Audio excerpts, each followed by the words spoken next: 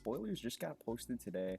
I think tomorrow the patch is going to be going live, and there's actually quite a bit of changes. Actually, there was way more changes than I was expecting there to be this patch. So we're going to take a quick look at it. We're going to do a run through.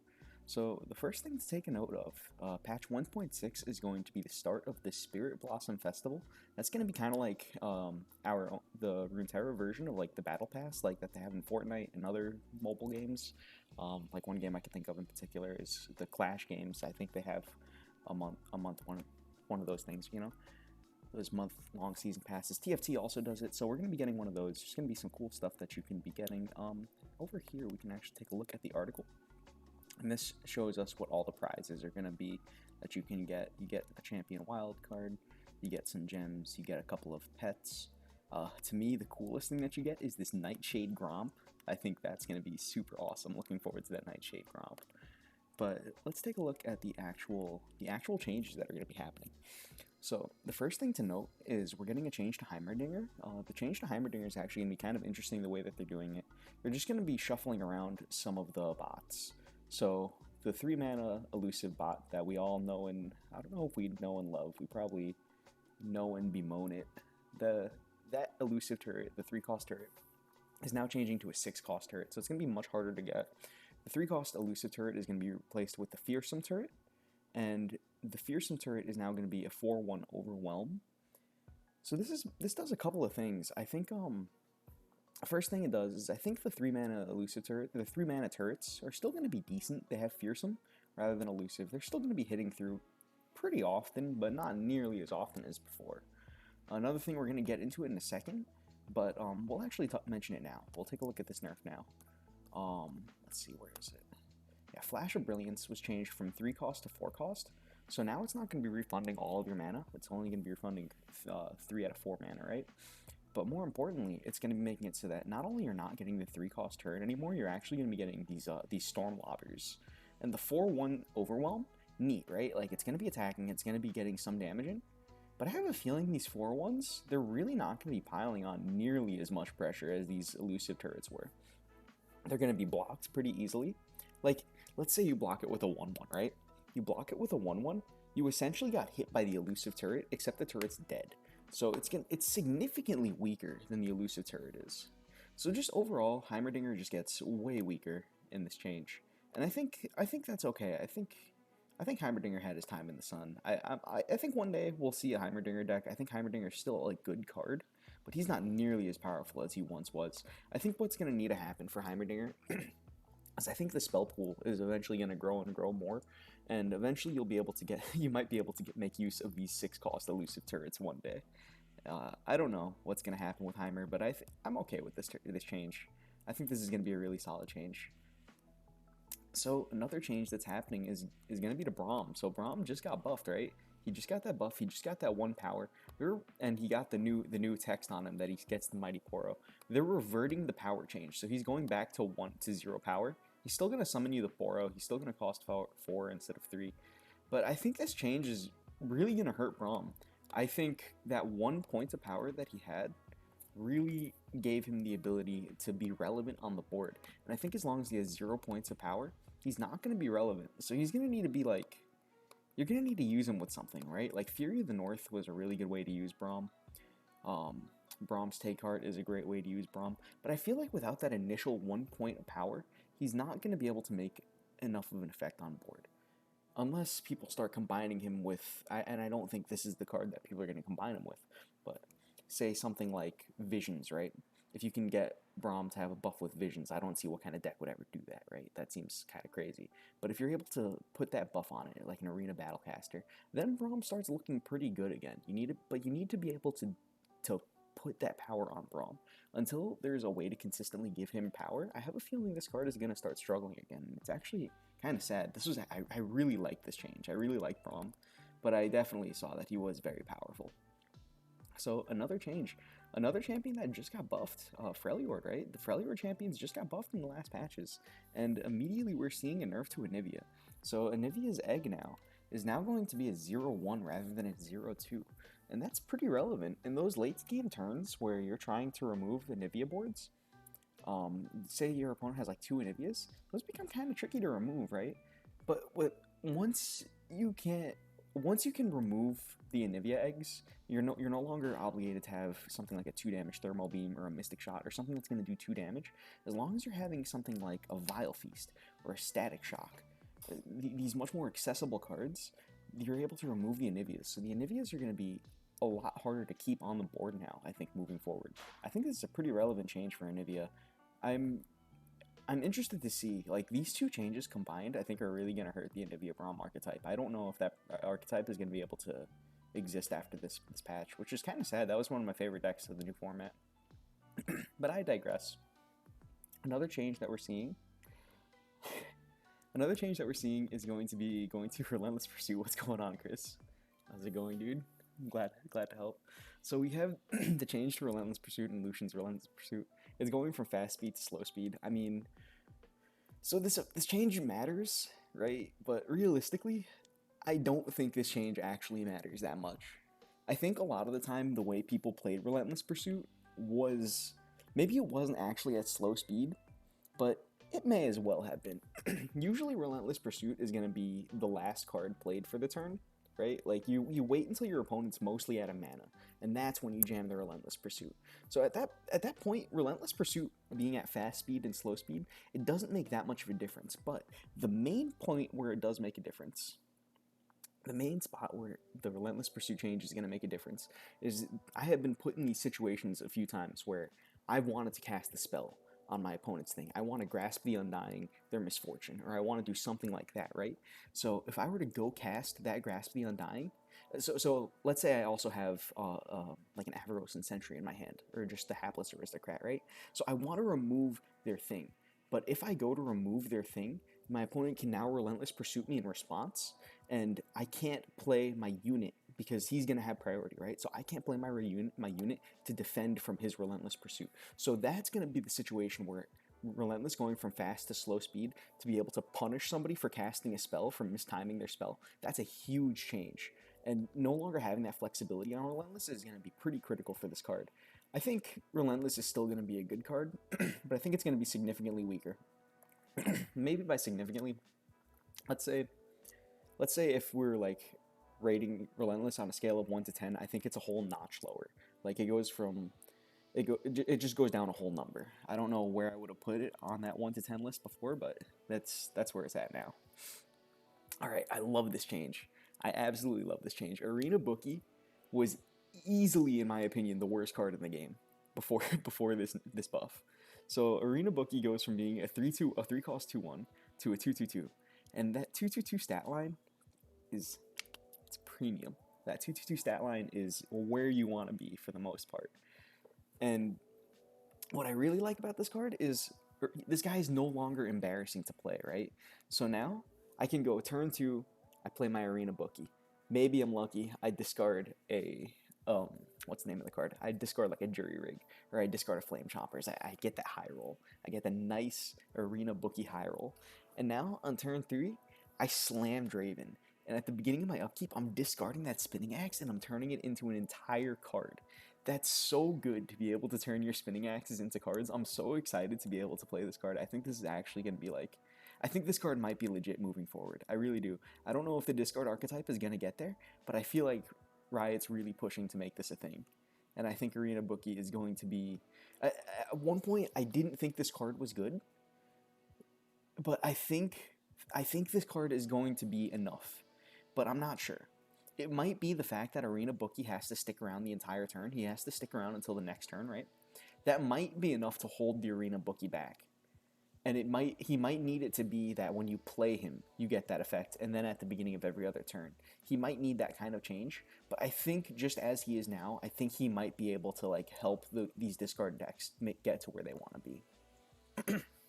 So Basilisk Rider, we're just seeing a shift, right? So earlier he got his health increased by 1, now we're seeing his power decreased by 1. And that's probably pretty okay.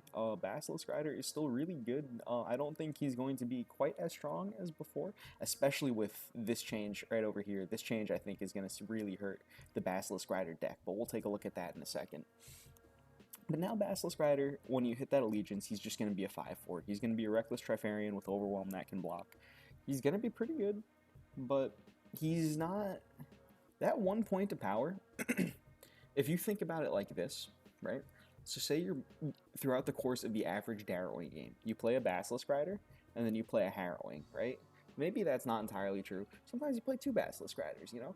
But that throughout that game, that could add up to 2, maybe 3 points of damage. And in those decks, a lot of the time they're exact lethaling you, or like 1 to 2 more points of damage over. Am I sitting down on a staircase? No, I'm not sitting down on a staircase. But yeah, definitely a different location than normal. Alright, so let's take a look at this Crimson Disciple change. And now this was a change that I thought they were going to do. If there's actually a Reddit post, if you go back, I called 3 of the... in my post, I called 3 said that there were 3 cards that needed to be changed, and I hit all 3 of them in this patch. So I'm patting myself on the back with that one. But I'm surprised Riot pulled the trigger on this card, because when Crimson Disciple doing 2 to the enemy nexus, that was insane. That did so much damage. It pressured you so hard, and the real thing was that really limited a lot of design space. There really wasn't a ton of cards that they could make to work with Crimson Disciple moving forward. The more that they start making cards that synergize well with Crimson Disciple, the more and more busted she becomes. So I think nipping this early, making it so that it's only dealing 1, I think it's solid. I think this card is still straight up playable. I think this card will still be a core part of these Battle Scar style decks, but it won't be nearly as ubiquitous as it was once before. Like, every single Noxus deck is playing this. I was playing Lee Sin, what was it? I was playing the Kickaxe deck, right? The Lee Sin Draven. That deck was playing this. Like, decks they just go to Crimson Disciple plus Transfusion, plus the, not Grenadier, the, whatever the name of the card is that pings your unit and does 2 damage. They would just go to that package because it was just so good. And now, it's going to be good, but it's not going to be as oppressive as it once was, and I think that's great. Legion Grenadier gets a pretty interesting change. He's no longer doing 2 to the enemy nexus. He's doing 1, but he's going to be having an extra point of health, and that's pretty interesting. He's actually going to be able to attack into more boards now, but I think overall this is really going to hurt the Grenadier, because I think a lot of where Grenadier's power is that you could play him as a blocker. That's how I generally play this card. He blocked incredibly well, but still push damage. And now he's not going to be doing that as well. He's going to be blocking about as good as he was before. And it's like, he's doing half the damage that he was doing before. How often did a Legion Grenadier really hit the face, if you think about it? If a Legion Grenadier hit the face, you already lost the game. A Legion Grenadier, like, very rarely actually connected to the face, in my opinion. Maybe your guys' experience is different, but that's the way I felt I've seen that card played the most. So this change, I think, really is going to hurt the Grenadier. I think he'll still see play, though. I think in aggressive Noxus decks that are just looking to get to the board and just beat the crap out of people, I think they're still going to be willing to play the Grenadier. It's still doing 1 damage to the face. It's still getting the job done. It's just not doing it nearly as well as before. This what's neat about this is I think it now he's gonna lend himself more to deck styles kind of like Sejuani or Gangplank, right? Like those champions that want to see pings every turn. I think he's a little better for those decks because now he could block a little bit better. And they don't really care if it was 2 damage or 1 damage. They just cared about getting that damage trigger. We already talked about Flash of Brilliance, so we're just going to skip this one. So Sump Jumper. Sump Treasure. I like calling this guy Sump Jumper. Sump Jumper gets a pretty interesting change. He gets an increase in cost going from 2 to 3. But now when you play him, he immediately draws you a card. And beforehand, Sump Treasure was a nice tempo tool. Like, you'd play him. Like, because I messed around with the discard deck quite a bit. And you'd play him, and he was, like, on that turn that you played him, he was nice because he was a 4-3. Like, a 2-mana 4-3, that's hitting pretty hard. But the problem is the next turn, he almost immediately doesn't matter on the board. He's almost immediately going to die. And that came at the cost of you discarding an entire card. So you 2-for-1 yourself with this guy. You 2-for-1 yourself for a 1 turn of having, like, a decent card on the board. And that really sucked. Now Sump Treasure, he's going to be well statted for his cost. He's a 3-mana 3-4. That's still solid. That's good. That's going to beat people up. But he's going to trigger you that discard effect, which is awesome, being able to just throw something away, find something new. And this guy can help you unbrick your bad hand too, right? Like if you have too much burn in your hand and you're looking for something good, he can help you unbrick that hand and find the tools you're looking for, which is another nice tool about this guy now, because he's going to be drawing you that card. This guy is just, he's going to be solid now, I think. I think the discard decks are actually going to be actively looking to play Sump Jumper now, as opposed to them just not being able to justify the card at all. So, take a look at Zonite Urchin as well. Getting the same effect as Sump Jumper. Her draw effect is no longer going to be on last breath. It's going to be when you play her, which is nice. It's going to be immediate. In some situations, that's actually going to hurt you, because in some spots, Jinx wanted to have her hand empty. But I think more often than not, this is a buff. Because the thing is there were a lot of situations where you just have the Zonite Urchin that's just like hitting your opponent for 2 damage, and nice, 2 damage is awesome, but 2 damage was not getting the job done in those situations, and you needed to find your power card. You needed to find, like you were looking for Jinx, or you were looking for your Augmented Experimenter. You needed to find something heavy, and instead you just had this Zonite Urchin just sitting on the field, not really able to do much of anything. Alright, Shadow Assassin, another one of the changes that I called. So, there were 2 ways they could nerf this card. They can make it a 1-2, or they can make it a 2-1. That was basically it. Increasing the mana cost is just not the way to do it, especially when Zap exists. It just doesn't work that way. So they went with the 1-2. I think that's really crazy for this card, because this nerf is big. This is a big change, and but I'm genuinely unsure if it's big enough to make this card not see play. I think there are going to be some decks that will no longer play the Shadow Assassin, but I think there are going to be a few decks that are still just interested in Shadow Assassin, because she's going to cycle, because she's going to be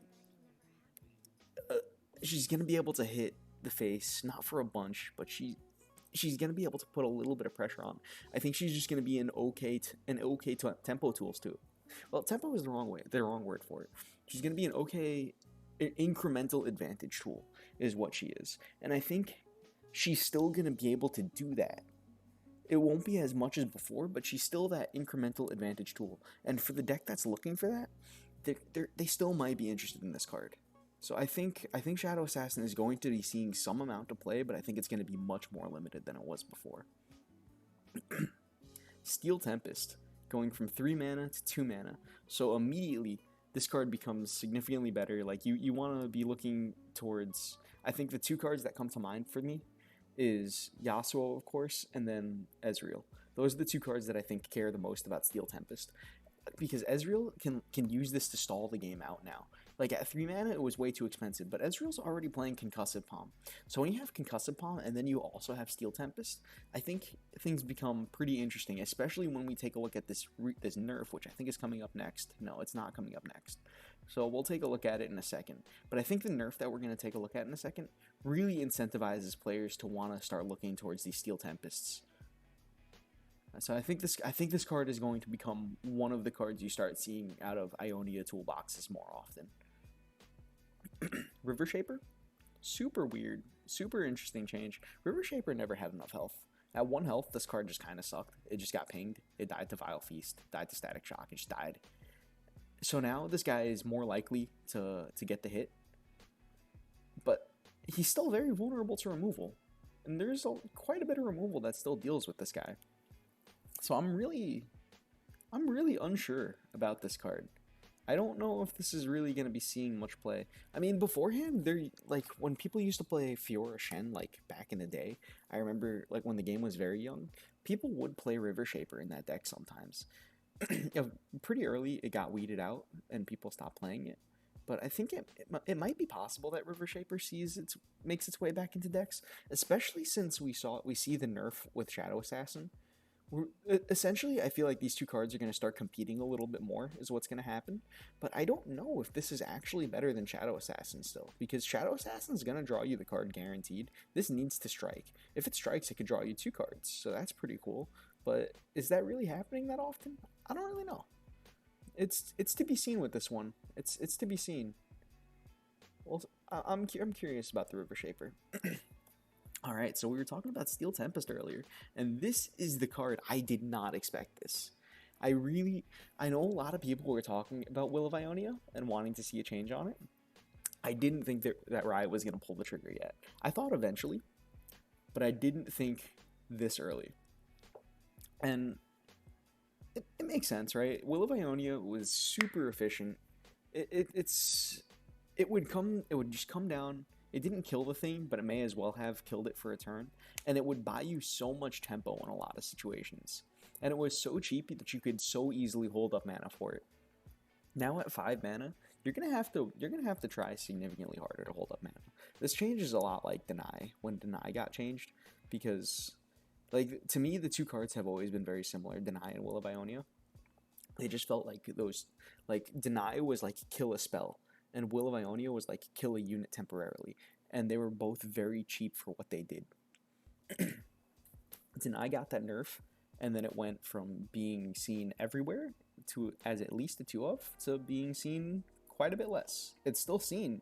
You still see Deny relatively often. That's a card that you're going to have to play around when you're playing against Ionia decks, but you don't see it all the time. And I think we're going to see the same thing happen with Will of Ionia. In metagames where people are playing big things like your Sejuani's and your Commander Ladroses and things like that, Will of Ionia is still going to be good. Will of Ionia is going to be able to make tempo trades, but against decks where people are playing, against metagames where people are playing like House Spider, something that's summoning 2 things, like aggressive stuff like Quinn, stuff like that, Will of Ionia is not gonna cut it in those metagames. So this is gonna be the type of card that's still good. It's still really, really good, but it's not gonna be everywhere the way it once was. Golden Narwhal, dude, what is this change even? These 2 changes I really don't get. They wanted to buff Hunting Fleet and Golden Narwhal. They wanted to take this opportunity to do that. I don't understand why this was the card that they wanted to go for, but sure. So Golden Narwhal is now going to be going from 3 cost to 2 cost, and he's going to be at 3 health instead of 4 health. So he's going to be significantly more. He's actually like, this is a good 2-drop. Like no Kappa. You play this card on turn 2, he's good. He's going to come down, he's going to hit your opponent for 2 damage, maybe he's going to hit your opponent for 4 damage. But he's vulnerable. So I don't think you want to play it, because he's just naturally vulnerable. I don't think that's good. Maybe I'm wrong. Maybe aggressive Bilgewater decks are actually just interested in 2-mana elusive 2/3 that's vulnerable. Maybe the 2 to 4 damage that it's going to get in is just worth it. But I find that really, I'm not sure. I don't think that's going to be the case. I could be wrong, man. I could be wrong about this one. I could be so wrong about this one. Golden Narwhal's just going to start beating people up. But I really find that hard to believe. And then Hunting Fleet. Man, the meme is dead. They could have changed him from a 5 cost to a 4 cost and just kept him as a 7/7. He could have just been 4 mana 7/7. But he's a 4 mana 6/6 now. And this card kind of sucks still. Like, he sucked before, and like, what does this thing do? So you play him, he's a 4 mana 6/6, so you play him. It's like, nice, I got a lot of stats for my 4 mana. But my opponent has this Golden Narwhal, so now I have to attack his Golden Narwhal. And then, like, so Will of Ionia got nerfed, right? But, like, imagine if Will of Ionia didn't get nerfed, right? Or, like, if Will of Ionia is still seeing play, I go, boom, Hunting Fleet, I attack your Narwhal, I bounce your Hunting Fleet, and now I keep my Narwhal for free. It's like, these cards that summon things for your opponents, if you look at, like, other card game, like, the history of other card games, there's a cycle from Magic that comes to mind, and then there's a card from Hearthstone that comes to mind. So there's Hungry Dragon in Hearthstone, which was a 4 mana 6/4 that summoned a 1 cost unit for your opponent. That card was pretty garbage. It even had the dragon tag, which was super relevant. Dragons were really good, and that card still didn't see play just because summoning a thing for your opponent sucked. And if you look at the there was a cycle from Magic. They were called the Hunted. They were hunted cards. So there was like Hunted Dragon and like I forget the name of them all, but there were 5 different hunted units, and basically none of them saw play. There was like one that like almost saw play, but basically none of them were good enough to make it. Just because summoning things for your opponent is just, it gives your opponent an option, and when you're giving your opponents more options, that's generally negative EV for you. You want to be keeping all the options for yourself and be giving your opponent as little options as possible. is generally the way you're going to put yourself ahead in a card game, and Hunting Fleet kind of does the opposite. And on top of that, this card is really bad when you're the defending player, right? So say you're looking to curve out with your opponent, so you want to play your Hunting Fleet as a blocker to block your opponent's 4/5, right? So you go play your Hunting Fleet. Well, now all of a sudden your opponent has this golden Narwhal that's just going to be hitting you. And there's nothing you can do about it because that's just the cost you signed up for by playing this Hunting Fleet. And unfortunately, you're going to have to live with that decision. So I just don't think Hunting Fleet and Golden Narwhal changes. I think the Golden Narwhal change is significantly more likely to matter, but I still find it hard to believe. I find it really tough to believe that that's going to actually matter. But I am willing to bite my tongue if that's the case. It might work. That card might get there. Some other things. I love this new board that they're making. This is the Festival Shrine board. Best part about this board is there's clickables. I'm not exactly sure where. I'm guessing it's right here and right here. But clickables, absolutely premium. You can also see this new pet that's going to be in the game. That's a nice little silver wing. It's pretty cool. There's going to be a new deck bundle that's coming out. A Gangplank Sejuani deck. It's interesting, I guess. And then just some changes to Expedition. There are definitely people out there that care about that. I don't really care about that. What bug fixes happened? Swain now. Okay, that's a good one. Yeah, the Swain Lux deck definitely cared about that one.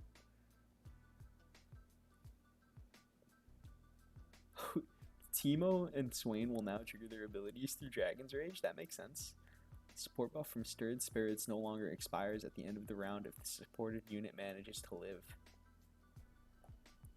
When would that ever happen, I wonder? Fix an issue with deck builder become unresponsive after collecting loot. I think I've seen that one before.